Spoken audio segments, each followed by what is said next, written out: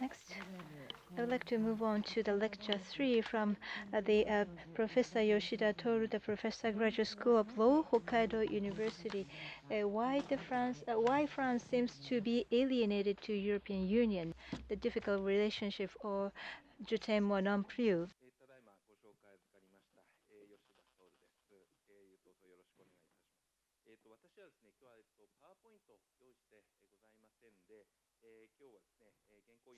And I just read my text for the next 30 minutes.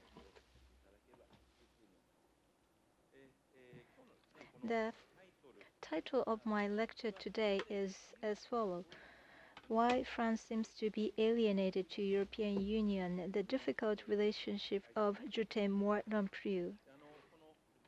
The Je t'aime moi non plus. The Je t'aime moi non plus. This is a French word.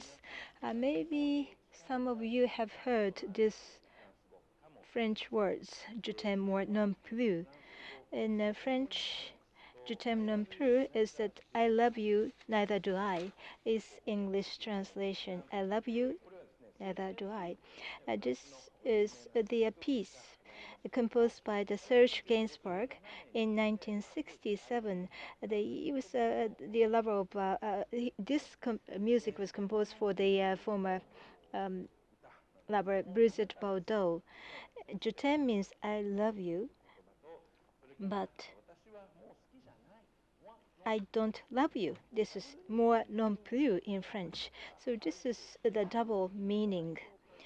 So this is really reflecting the love relationship, love and hatred relationship between men and women. So the France and European integration, or France and Europe, the relation between them can be represented these words, the very ambivalent relationship, love and hatred.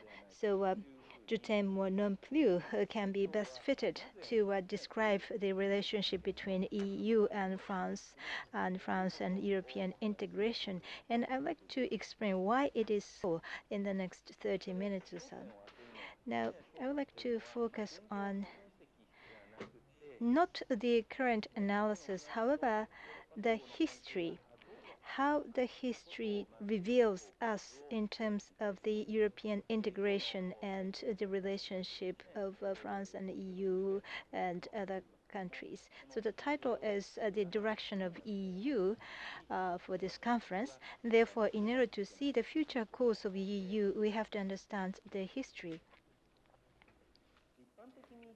In general, especially in Japan, the European integration, or EU, has been combined with the notion of perpetual peace. However,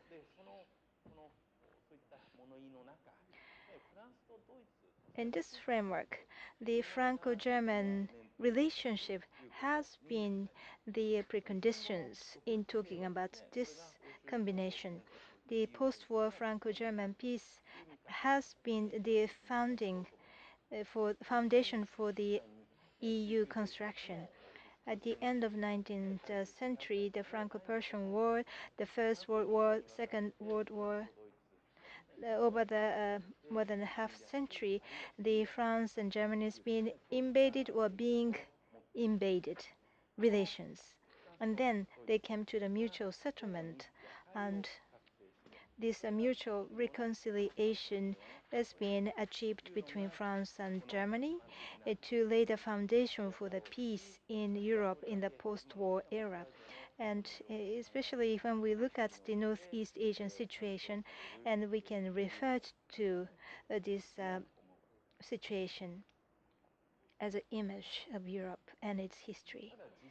But in reality, it is not the only foundation for the post-war Europe.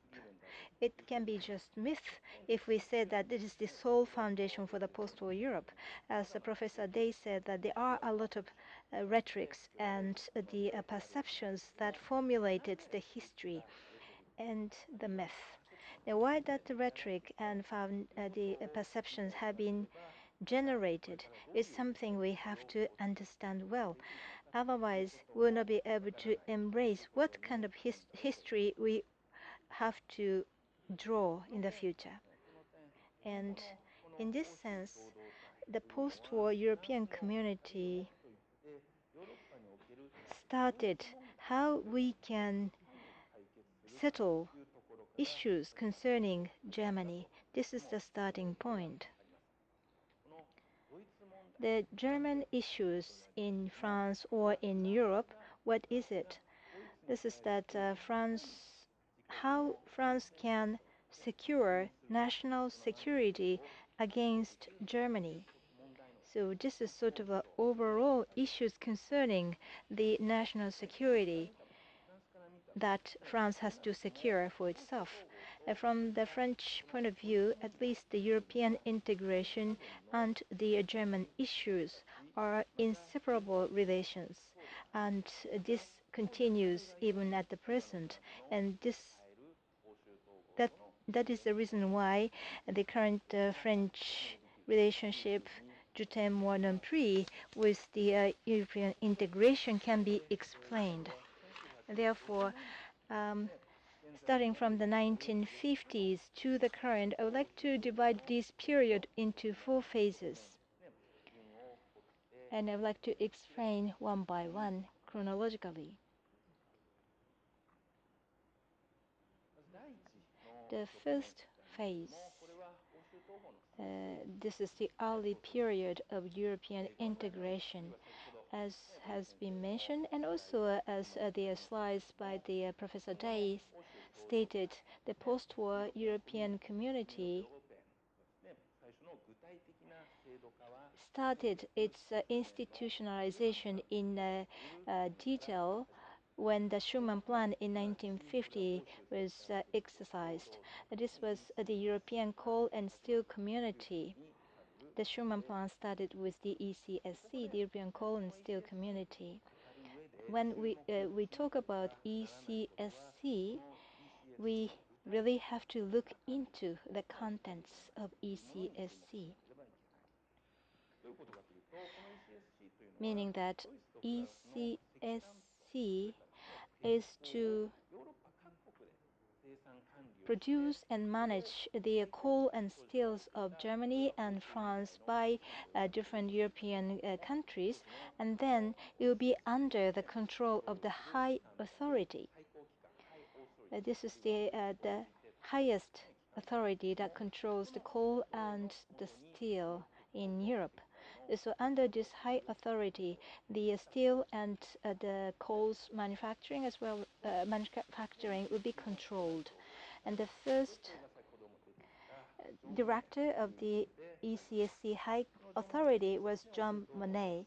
And Jean Monnet is considered as one of the founding fathers of the European Union. The Robert Schuman, who was the former French foreign minister, the Jean Monnet was really the brain of the former French foreign minister. And so West Germany has just recovered its sovereign rights, and the energy resources is very important for the West Germany. And then France wanted to utilize these West Germans' national resources for the reconstruction of France in the post-war period. In 1922, after the First World War, the Weimar Republic existed in West Germany. And when the indemnity payment by the Weimar Republic was in areas, France acted together with Belgium and occupied rural regions and seized coal and steels forcefully from the Weimar Republic when indemnity payment was in areas. However, this really became the cause for the Nazi Germany. But in the post-war Europe, was not allowed to have yet another vassal systems as it is. And politically, it was not allowed to suppressed Germany thoroughly, and France after the war was totally devastated as well, and it didn't have any reputation and strength left to suppress Germany politically. However, it was inevitable for French security to reduce the threat coming from Germany. And then how to solve these German issues that have faced French government. They came up with the peaceful measures to solve German issues, meaning that energy as well as manufacturing means for energy can be shared. However, in reality, it is to utilize the Germany's economic power for Europe within the framework of the Franco-German cooperation. So this is what French government is aiming for. Right after the war, French economic power was just half as that of Germany, although Germany was the loser of the war, and therefore the Germans' energy resources is something that the France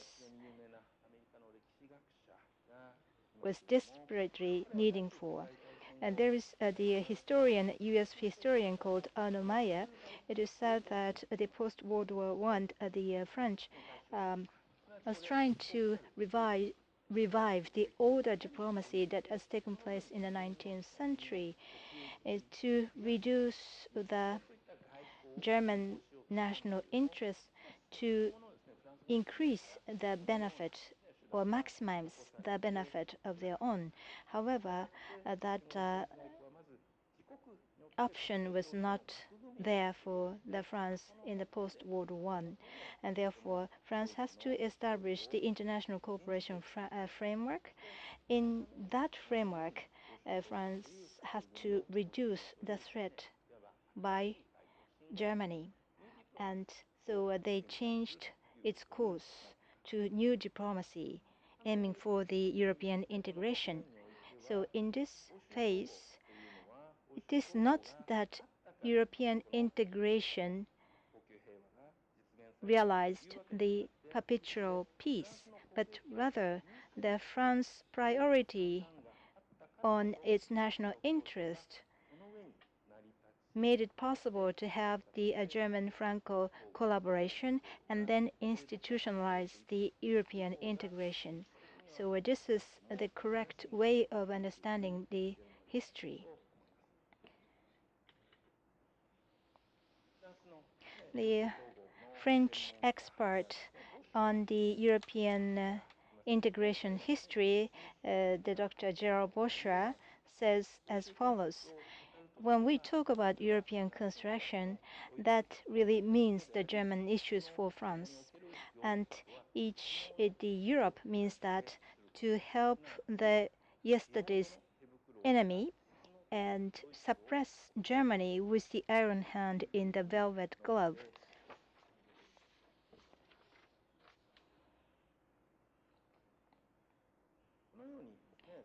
So this has been the landscape in 1950s regarding the starting of the inception of the European integration. The second phase starts from the 1960s going on to the 1970s. During this period, the Cold War structure has been fixed, and the US and former Soviet Union, both superpowers, had the forefront of its confrontation symbolized in Berlin crisis. In 1963, France and West Germany concluded the Franco-German Friendship Treaty, so-called Élysée Treaty, by the French President Charles de Gaulle and German Chancellor Konrad Adenauer,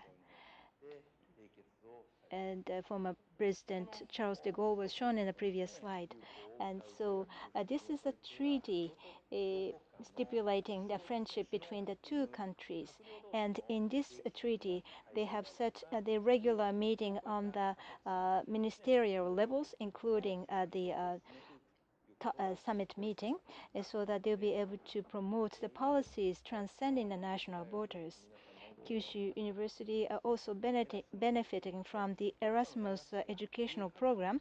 This is the program for the European university students to go to other countries' university, and then they'll be able to credit transfers. So the prototype of this kind of a university student exchange, currently we have about 6 million students using this Erasmus program. That prototype of this exchange program can be dating back to this Elysee Treaty between France and Germany. And once again, we have to really look at the background, why the German-Franco relationship has been upgraded to this level. So in so doing, we have to look at the situation back then. And France externally faced with the Suez crisis, and internally France was undergoing Algerian War of Independence. And in this situation, France did not have any countermeasures against the Cold War regime led by the United States. And so this is some issues that France was facing. In 1958, the de Gaulle returned to the political arena, and then he first presented to the then the U.S. President Kennedy, and also the UK Macmillan Premier, the reform draft of NATO. I am not going into it, but the President de Gaulle presented the proposals both to the UK and US, meaning that the US and UK should include France in establishing the security system of the West. And internally and externally, France is being faced with a crisis, and therefore, of course, the US and UK did not approve or did not support the proposals coming from the France, and therefore France was forced to choose the path for the collaboration with Germany. In 1956, the Suez crisis occurred, and it was said that the UK and France sent troops for the Suez crisis, but it was opposed by the international society, so they had to withdraw their troops. And it is said that UK could not do anything without US, but France could not do anything with the US. So this is something that they understood. Therefore, the France led by de Gaulle only had the options to have the relationship with the West Germany, which has recovered the membership to the International Society in 1955 as a member of Europe. In order to join the membership club called Europe, the West Germany had to gain agreement from the general manager, France. And therefore, the France was promoting the nuclear development of its own, and in parallel to that, the France exercised veto in 1963 for the membership of UK for EEC. And then they chose to promote the political association with the West Germany. Likewise, in 1966, the France left the NATO's military organization, and in 2009, very recently, it made the full comeback. and it provided the proposal for reform of NATO, but the proposal was not accepted. And at that time, France decided to join hands with West Germany and left NATO's military organization. And so in the second phase, in the 1960s onward, what France aimed was to utilize the West Germany for their own national interest. And in so doing, they tried to enhance the framework for European integration. So this has been the refrain which has taken place in the previous phase. But what is ironic is that France and Germany, they were cohabiting but living in a different worlds. But this balance has been maintained. But as the post-war peace continued and detente in the Cold War system took place, their balance started to tip off. So this is the third phase from the 1980s and onward in terms of Franco-German relations. In the 1980s and onward, in the third phase, after the oil shock, West Germany ended the period of high economic growth, and after that, economically, the West Germany started to enjoy the overwhelming advantage over France, and then France has been forced to follow West Germany. And before that, politically, the France led West Germany. However, the changing of the Cold War and the economically, West Germany started to lead France. And therefore, the relationship with Germany was no longer based on the military security, but rather shifted towarding the economic dimensions. That is really the phase that have emerged during the 1980s. And it's from 1981 to 1995, the president in France at the time was the president of France, along with the Chancellor Kohl of West Germany. The president of France at the time was François Mitterrand, and he established the honeymoon period with them, with West Germany. In later years, in 1996, he said, "Probably I'll be remembered as the last great president in France, because the presidents in the future, due to the integration of Europe as well as globalization, they are going to be weaker."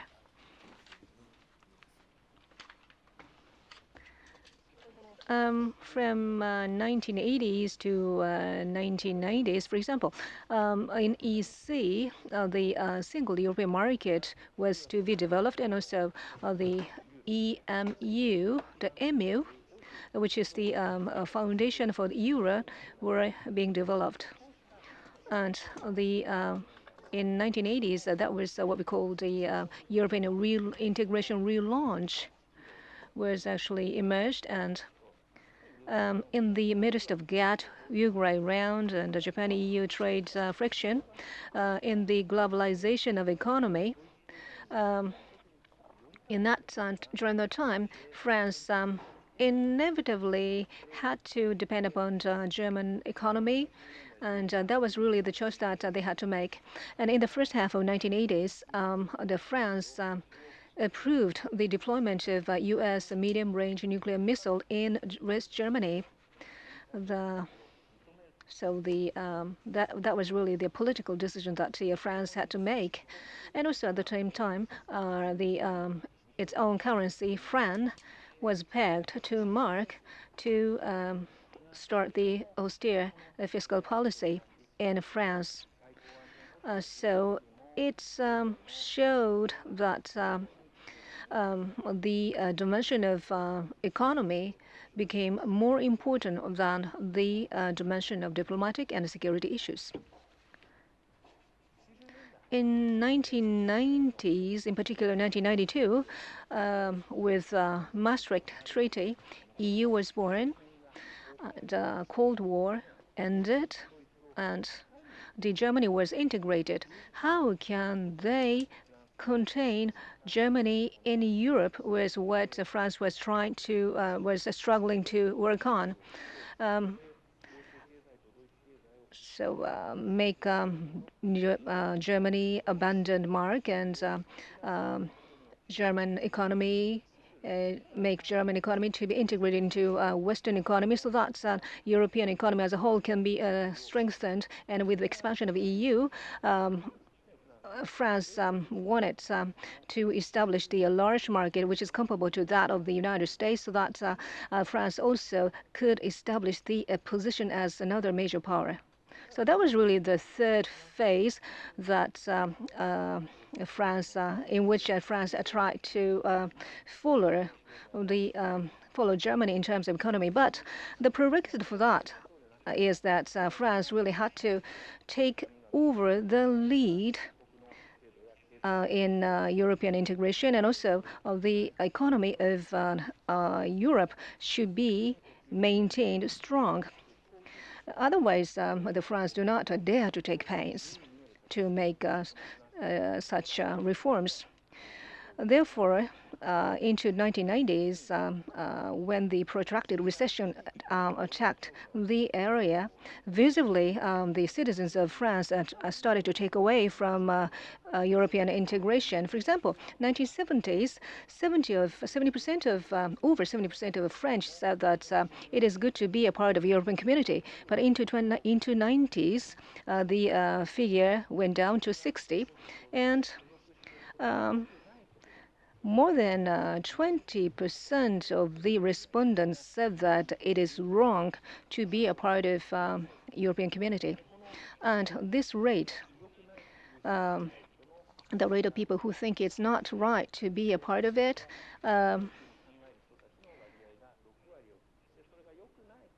well, actually, the people who think that it's good is less than 60, and the people who think otherwise is 20 to 30%. So this rate is maintained around the same into 2010. So the enthusiasm for European integration has been waned regardless of parties. In 2005, the Treaty of the European Constitution was vetoed by the citizens of the citizens of France in the national referendum, and actually 65% of them said they are against the bill and 60% of the leftist supporters of leftist parties said they're against, and also 40% of the conservative camp were also against the bill of Treaty of European Constitution. So, for European integration, it's bipartisan, regardless of being conservatives or liberals. Horizontally, in France, this issue has really severed France into two. From the perspective of, actually, the phase has been shifted to economy from the security. Then, for France, in this globalized society, can the EU be the protective barrier for France? In 2010, this is a figure by the research company in the United States. Now, the question is, the free trade system is the best. The U.S. answered, the answer in the United States was 59% positive, China 67%, Germany 68%. However, France, it was 30%, which is the lowest figure among 20 countries surveyed. And also, for the questions whether or not globalization would increase inequality in the society, well, 60% of Europeans answered positively. When it comes to French, more than around 80% of them answered it is going to expand inequality. In other words, among the citizens of France, the open world. They have unspeakable terror or suspicions. That is because far-right politician Jean-Marie Le Pen became a runner-up in the presidential election in 2002, and his daughter Marine in the presidential election in 2013, she finished third. So there is the not small sense of avoidance for globalization among the citizens of France. So the European integration and EU as a fruit of that is not to achieve security for France or not to expand the national interests of France. Rather, it is becoming a threat to that country.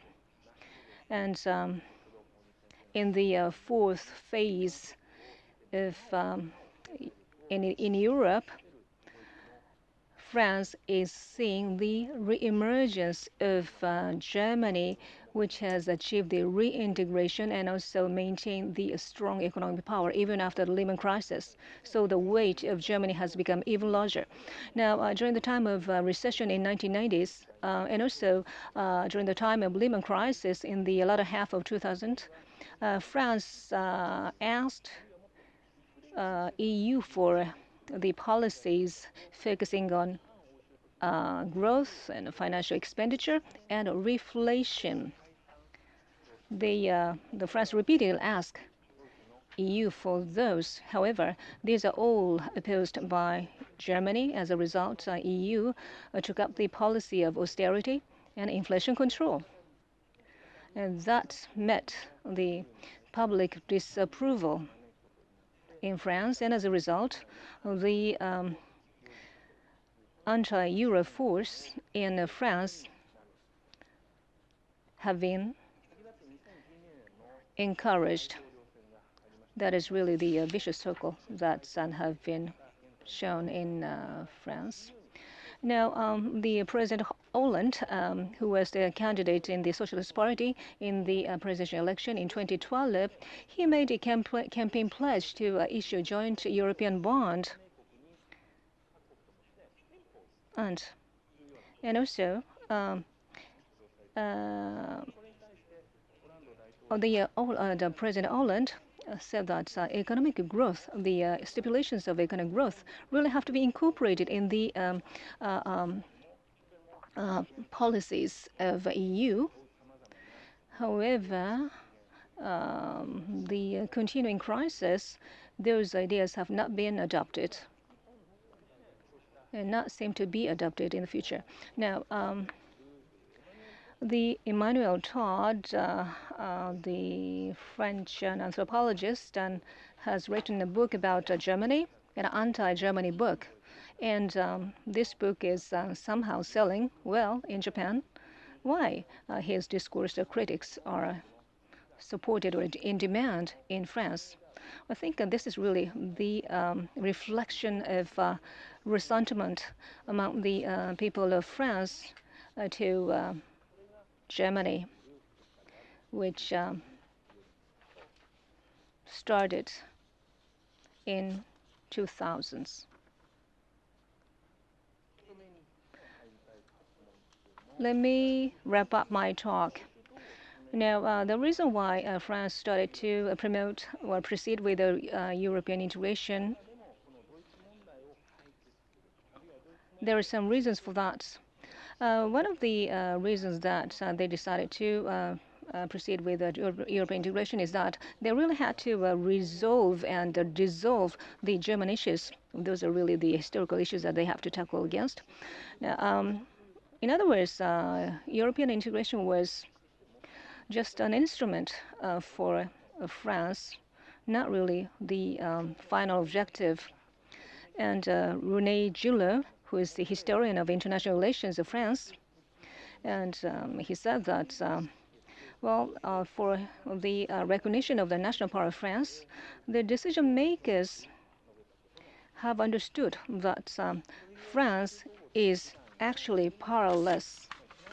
So if the instrument as European integration is not in France's interest, then and if the France has to expose its powerlessness, then the backlash against European integration should become larger. However, what was done cannot be undone, and including the currency. That everything is in spec, and so European integration is irreversible, and therefore, for France, Europe is Jütem or non plus.